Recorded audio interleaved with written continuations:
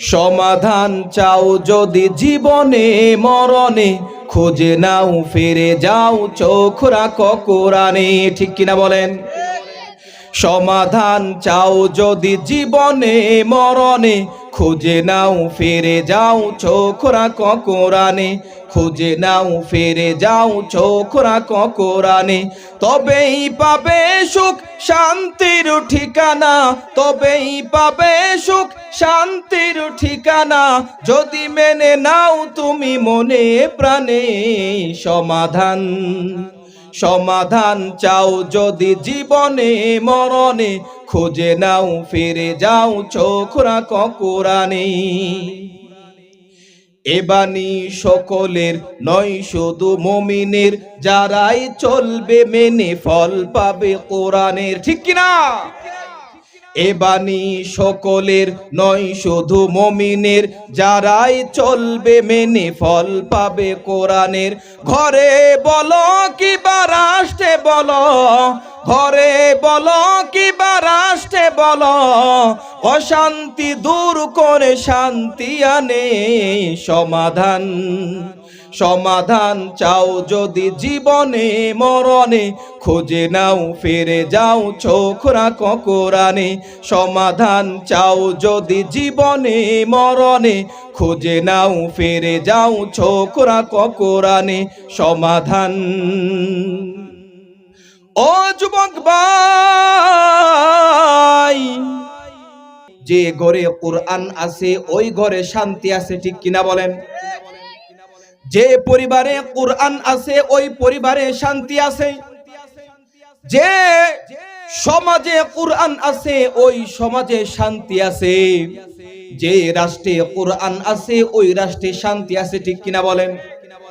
যে পরিবারে কোরআন নাই ওই পরিবারে শান্তি নাই। যে ঘরে কোরআনের তিলাওয়াত নাই ওই ঘরে শান্তি নাই। ঠিক কিনা বলেন? যে পরিবারে কোরআনের তিলাওয়াত নাই ওই পরিবারে শান্তি নাই। যে সমাজে কোরআন নাই ওই সমাজে শান্তি নাই। যে রাষ্ট্রে কোরআন নাই ওই রাষ্ট্রেও শান্তি নাই। ঠিক কিনা বলেন? একবার তাকায়া দেখেন সৌদি আরবের দিকে। সৌদি আরব মাত্র কয়েকটা আয়াত বাস্তবায়ন হয়েছে, কয়েকটা আয়াতের উপর আমল হয়। এরপরেও নামাজের আজান হইলে দোকানগুলো খুলে রেখে যার যার মধ্যে নামাজে চলে যায়, দোকানের মধ্যে কেউ হাত দিয়া দেখে না। ঠিক কিনা বলেন? এই কোরআন আমাদের রাষ্ট্রে বাস্তবায়ন করতে হবে। ঠিক কিনা বলেন? আমাদের সমাজে বাস্তবায়ন করতে হবে, আমাদের পরিবারে আমাদের ঘরে এই কোরআন বাস্তবায়ন করতে হবে। ওই বাবা কত ধন্য যে বাবার সন্তান মাদ্রাসায় পড়ে হাফেজ হয়েছে, যে বাবার সন্তান যে মৃত্যুর সময় তার সন্তান তার পাশে বসে কোরআন তেলাওয়াত করবে। সন্তান যখন বাবার পাশে বসে কোরআন তিলাওয়াত করবে আর দুইটা চোখের পানি ফেলবে, ও বাবা, নবীজি বলেন সন্তান যদি বাপ মার জন্য দোয়া করে বন্দুকের গুলি মিস হইতে পারে, বাপ মার জন্য সন্তানের দোয়া কখনো বিফলে যাবে না। মুহতারাম হাজিরিন, তাফসিরে কাবীরে একটা ঘটনা আসছে, শুনবেননি? সময় সংক্ষিপ্ত, সময় নাই। তাফসিরে কাবীর ওই আল্লামা ফখরুদ্দিন রাজি রহমাতুল্লাহি আলাইহি লিখেন যে মাদ্রাসায় সন্তানদেরকে মাদ্রাসায় পড়াইলে কি লাভ, কি ফায়দা। সন্তানদেরকে মাদ্রাসায় পড়াইলে, মাদ্রাসায় ভর্তি করলে কি লাভ। মুসা পয়গম্বর নাম শুনছেন না? মুসা পয়গম্বর একদিন কোথাও সফরে যাইতেছিলেন, রাস্তার পাশে যখন সফরে যাইতেছে রাস্তার পাশে একটা কবর দেখে, কবর চিনেননি? কবর চিনেননি? কবর তো চিনেন, উপরে উপরে চিনেন, ভিতরে কবর চিনেন না। ঠিক কিনা বলে? কবর চিনেছেন সাহাবায়ে কেরাম,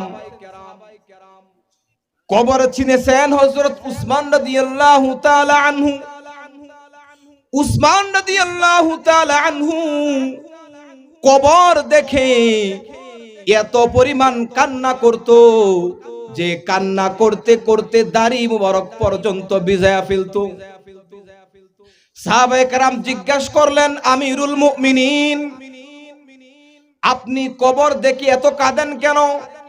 আপনি তো জান্নাতের আলোচনা শুনে এত বেশি কাঁদেন না, জাহান্নামের আলোচনা শুনে এত বেশি কাঁদেন না, তাহলে কবর দেখে এত বেশি কেন কাঁদেন? এই কথা যখন বলল, উসমান রাদিয়াল্লাহু তাআলা আনহু বলেন, ও সাহাবায়ে কেরাম, আমি কবর দেখে কেন এত বেশি কাঁদি? কারণ আমার নবী বলছেন যে এই কবরটা কারো জন্য জান্নাতের বাগান, ঠিক কিনা বলেন? আবার কারো জন্য জাহান্নামের গর্ত। আমি তো উসমান জানি না যে কবর আমার সাথে কি ব্যবহার করে। এই জন্য নবীজি বলছেন যে কবর হলো আখিরাতের প্রথম ঘাঁটি, এই কবর পরকালের প্রথম ঘাঁটি। এই কবর থেকে যে মুক্তি পাইলো, পরবর্তী সমস্ত ঘাঁটি থেকে সে মুক্তি পেয়ে যাবে। মূসা পয়গম্বর রাস্তার পাশে একটা কবর দেখে, কবরের মধ্যে তাকায়া দেখে যে কবরের মধ্যে আগুন জ্বলতেছে, আযাব হইতেছে। আযাব দেখে মূসা পয়গম্বর সফরে চলে গেছেন। আবার মূসা পয়গম্বর এই পাশ দিয়ে রাস্তা দিয়ে আসতেছে। এইবার ওই যে যাওয়ার সময় দেখছিল যে কবরের মধ্যে আযাব হইতেছে, এইবার দেখে যে কবরের মধ্যে কোনো আযাব নাই, কবরের মধ্যে জান্নাতের বিছানা বিছায়া দেওয়া হয়েছে। আল্লাহু আকবার বলেন। মূসা পয়গম্বর অবাক হয়ে গেছে, ব্যাপার কি? কি আমল করছে যে তার কবরটা জান্নাতের বাগান হয়ে গেছে? মূসা পয়গম্বর আল্লাহকে ডাক দিয়ে বলেন, মূসা পয়গম্বর তুর পাহাড়ে চলে গেছে। তুর পাহাড়ে গিয়া আল্লাহকে ডাক দেন, মালিক আমার তো বুঝে আসে না, যাওয়ার সময় দেখলাম কবরের মধ্যে আযাব হইতেছে, আসার সময় দেখি কবরের মধ্যে আযাব নাই, কারণটা কি আমি জানবার চাই। এই কথা যখন বলল, মূসা পয়গম্বরকে আল্লাহ তাআলা বলেন, ও মূসা, যে ব্যক্তিটা কবরে ছিল, এই ব্যক্তিটা দুনিয়ায় যখন ছিল, দুনিয়ায় থাকার সময় তার বিবি গর্ভবতী ছিল। কি ছিল? আওয়াজ দিয়া বলেন। তার বিবি গর্ভবতী ছিল। তার বিবিকে ওসিয়ত করে আসছে, ও বিবি, আমার মনে হয় আর হায়াত বেশি দিন বাকি নাই, আমি যদি মারা যাই, তোমার গর্ভ থেকে যদি একটা ছেলে সন্তান হয়, ওই সন্তানটাকে মাদ্রাসায় পড়াইবা। আল্লাহু আকবার। ওসিয়ত করে ওই লোক মারা গেছে। মারা যাওয়ার পরে ওই বিবির ঘর থেকে একটা সন্তান হইছে, ছেলে সন্তান হইছে। ছেলে সন্তান হইছে, হওয়ার পরে ছেলে যখন বড় হইছে, যখন মাদ্রাসায় ভর্তি হওয়ার মতো তার বয়স হয়েছে, বোঝেন নাই, কথা বলার মতো বয়স তার হয়েছে, তার বাবার ওসিয়ত মতে তার মা ওই সন্তানকে মাদ্রাসায় নিয়ে ভর্তি করে দিছে। হুজুরের কাছে নিয়ে গেছে। হুজুরকে বলছে, হুজুর, আমার ছেলেকে মাদ্রাসায় ভর্তি করেন।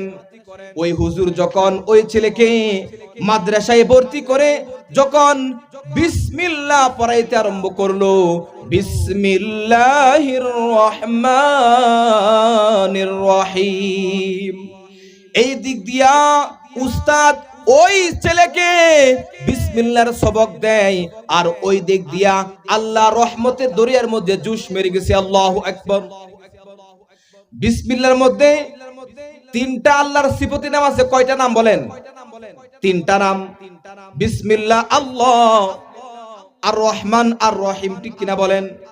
আল্লাহ বলেন, মূসা, ও মূসা,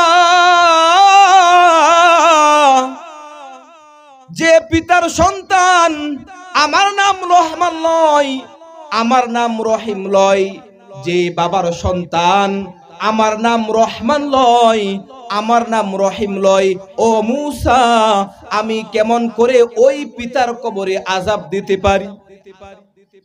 আমি ওই পিতার কবরে আযাব দিতে পারি না।